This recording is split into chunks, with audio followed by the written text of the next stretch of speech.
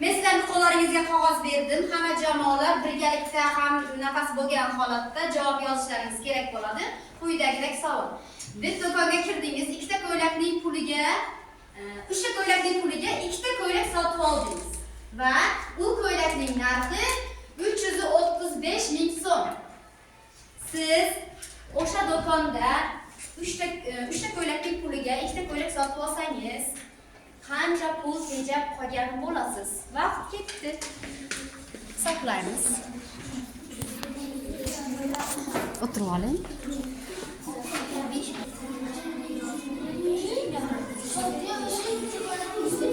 Do'konga kirib, ikkita ko'ylakni uchta ko'ylakning puliga sotib olsangiz, bitta ko'ylak tekinga berilarkan.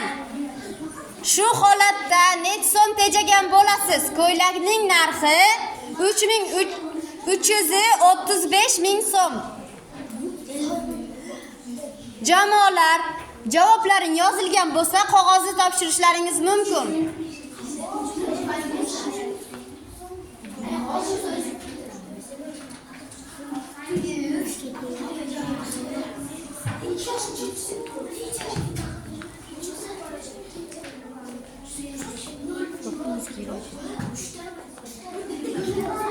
Bitta ko'ylakning narxi 335 Bitta ko'ylakning narxi 335 ming so'm.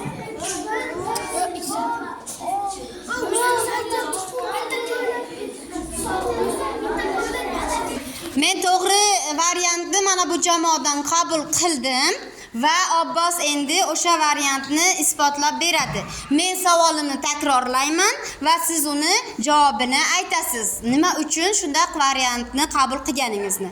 Demak, javob savol sizga. Bitta do'konga kirdingiz. Ikkita ko'ylakni, uchta ko'ylakning narxida sotib olsangiz, uchinchi ko'ylak tekinga beriladi deb e'lon yozib qo'ygan ekan. Ko'ylakning narxi 335 ming so'm bo'lsa, u odam necha so'm pul tejaydi degan savol bor edi. Bu to'g'ri variant aytgan, ammo isbotlab beradi.